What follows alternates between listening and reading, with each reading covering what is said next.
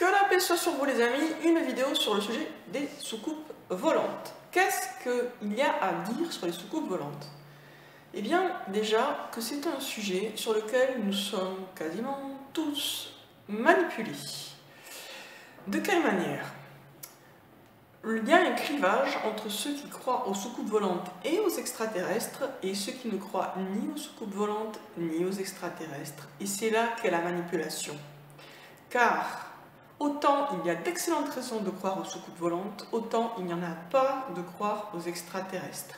Autrement dit, le fait d'associer soucoupe volante et extraterrestre est le résultat d'une manipulation mentale à grande échelle des 50, 60 ou 70 dernières années, qui s'est fait à travers des films, beaucoup, à travers des livres, à travers des articles de journaux, et qui nous a conduit tous à croire que soucoupe volante égale extraterrestre, extraterrestre égale soucoupe volante. Or, qu'est-ce que c'est qu'une soucoupe volante? Ce n'est jamais qu'un moyen de transport, au même titre que l'avion, la voiture, le bateau et le vélo. Autrement dit, voir une soucoupe volante n'est absolument pas la preuve que les extraterrestres existent. Et plein de gens ont vu des soucoupes volantes alors qu'ils n'ont pas du tout vu d'extraterrestres. Donc en fait, on a affaire à une technologie cachée, une technologie qui a commencé à être mise au point par Nikola Tesla il y a déjà belle lurette, au début du XXe siècle. Et cette technologie qui est restée secrète est utilisée, entre autres, certainement, ça ne doit pas être la seule utilisation, mais est utilisée pour rendre crédible l'idée qu'il y a des extraterrestres. Et en fait, donc on a un piège avec deux mensonges qui se font face et qui s'affrontent, et la vérité qui reste totalement invisible entre ces deux mensonges. Mensonge numéro 1, il n'y a ni soucoupe volante ni extraterrestre.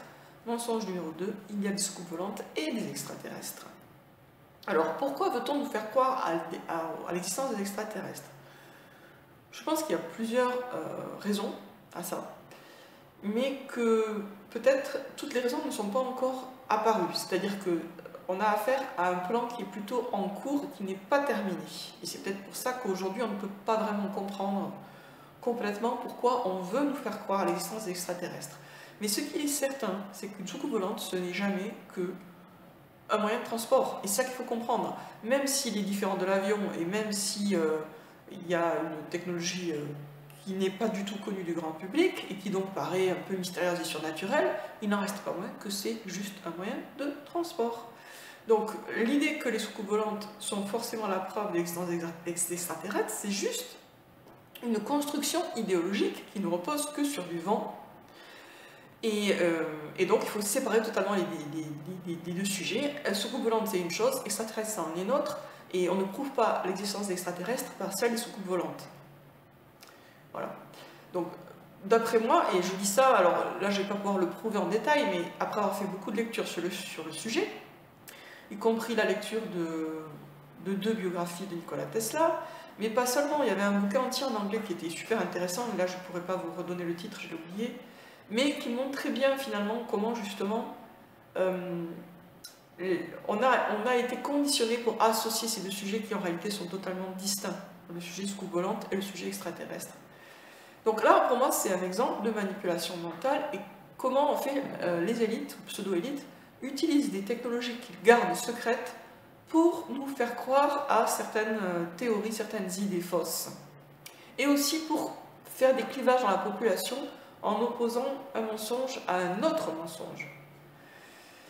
Et je pense là aussi de nouveau à l'effet Mandela, puisque c'est aussi, à mon avis, l'utilisation d'une technologie gardée secrète pour là aussi créer un clivage dans la population avec des partisans d'un mensonge opposés aux partisans d'un autre mensonge. Là, pour la technologie Tesla, ceux qui croient qu'il n'y a rien, il ne s'est rien passé, il n'y a jamais eu de monocle sur le petit bonhomme du Monopoly, par exemple, ou la sorcière de Blanche-Neige dans les dessins animés n'a jamais dit « miroir, mon beau miroir ». Donc ceux qui croient que rien n'a changé, et ceux qui pensent que oui, les choses ont changé, mais parce qu'on a basculé dans un autre univers, ou qu'ils ont trifouillé au niveau, je sais pas, des protons, des neutrons, ou je sais pas quoi, et ils ont fait une espèce de twist dans l'espace-temps. Et d'après moi, en tout cas, c'est deux mensonges, deux erreurs, deux faussetés, la vérité étant à la fois plus simple et quelque part plus déstabilisante, qui est qu'on a affaire à une technologie secrète qui permet de modifier des objets à distance. Technologie qui vient d'ailleurs, encore une fois, je pense, de Tesla. Grand génie, pas très connu, qui a ouvert en fait des pistes super importantes au niveau technologique, pistes qui ont été exploitées, mais nous ne sommes pas au courant. Voilà, sur ce, je vous dis à bientôt les amis pour une prochaine vidéo. Ce sujet de la manipulation mentale est très important parce qu'en fait, nous, en tant qu'être humain, on a tendance, bien sûr, à voir à travers certains filtres. Les filtres sont des idées. Mais il est important de toujours revenir aux faits et aux témoignages directs. Par exemple, sur les scoops volantes, il y a beaucoup de témoignages, il y a des photos, il y a plein de preuves. Donc pourquoi douter de l'existence des scoops volantes? Parce qu'on doute de celles extraterrestres. Ce sont des sujets différents, qui ne sont associés que par une ruse, que par une manipulation idéologique, et pas par la logique. C'est de l'idéologie, c'est pas de la logique. Et pareil pour l'effet dit Mandela. Il y a plein de gens qui se souviennent de Miroir, mon beau miroir, plein de gens qui se souviennent du monocle du bonhomme de Monopoly, donc pourquoi remettre en cause leurs paroles? Pourquoi? Les gens, quand on a affaire à des témoignages directs venant de sources très diverses, il n'y a pas de raison d'en douter. Donc il faut plutôt se dire quelle est l'explication la plus simple et la plus rationnelle.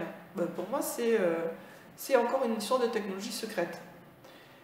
Parce qu'aller partir sur les histoires d'univers parallèles, là pour le coup c'est du n'importe quoi. Et on s'en rend compte qu'on a étudié l'origine des théories des multivers et des voyages dans le temps, etc., etc.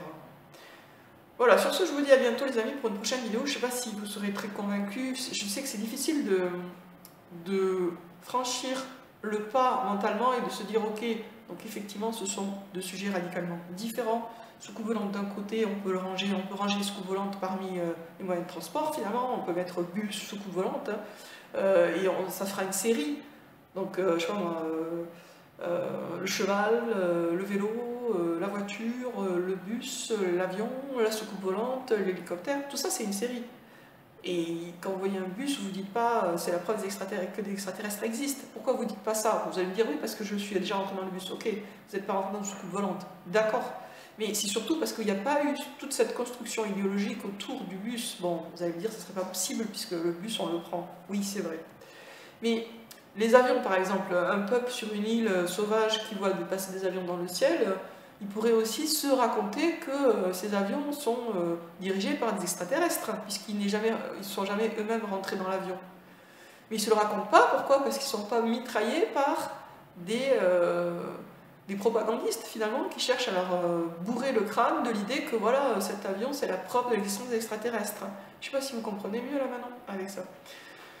Et pour l'effet Mandela, c'est pareil, c'est parce qu'il y a tout ce discours, tous ces livres, tous ces films sur les voyages dans le temps, sur les univers parallèles, sur les ceci, sur les cela, qui va orienter notre cerveau et nous faire croire que, voilà, il y a un truc bizarre, donc allez, hop, on va directement vers ce genre d'explication-là, alors qu'il y en a une qui est quand même plus simple.